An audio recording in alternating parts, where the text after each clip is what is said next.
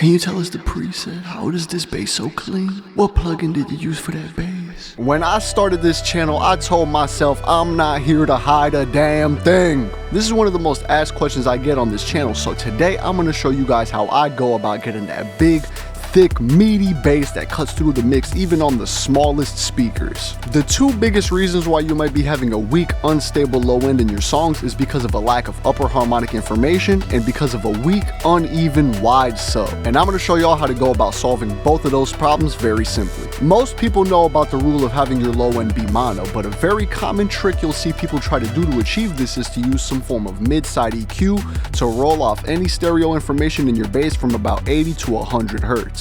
The problem I found with this is it leaves you with an incredibly uneven sub that jumps and ducks in volume constantly. Take this Reese bass for example. I'm gonna solo everything below 100 hertz on this bass just so we can hear what's really going on.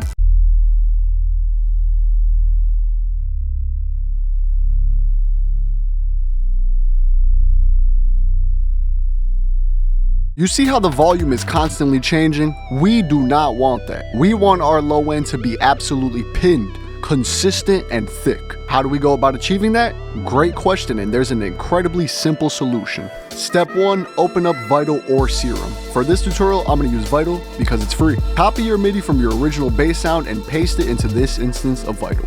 Step 2, load in basic shapes and turn on your filter. I have it set to negative 12.02 semitones, but you can fine tune this a little later to your specific likings. Now cycle between these wavetables until you find what you like the most. I usually go with wavetable 5. It's my personal favorite wavetable for this trick since it has some really great harmonic information, which is what's going to help it cut through the mix, but you can choose between a square, saw, or any of these really. Now this is just my personal opinion, but I do not like to do this trick with sine waves. While it is the cleanest and the quote-unquote purest form of low end, that purity is going to disappear as soon as your song is played through any small speaker. And we want people to feel this energy through any system they hear your song on.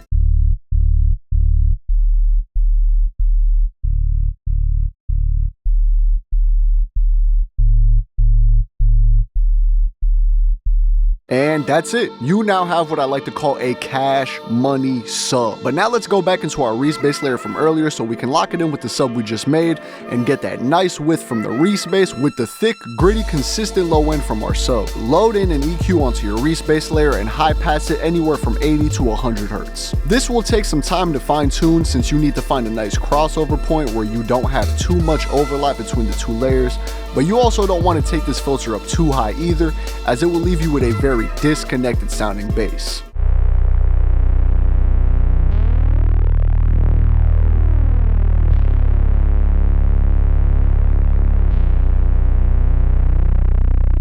But you can play around with this until you find something that works. For this example, I've taken it up to 103 hertz and also ducked down some low mid resonance at 122 hertz that I think really blends very well with the sub. A little side note here, you do not need to layer in a Reese bass layer if you don't want to. The sub we made can absolutely stand on its own as your main bass layer.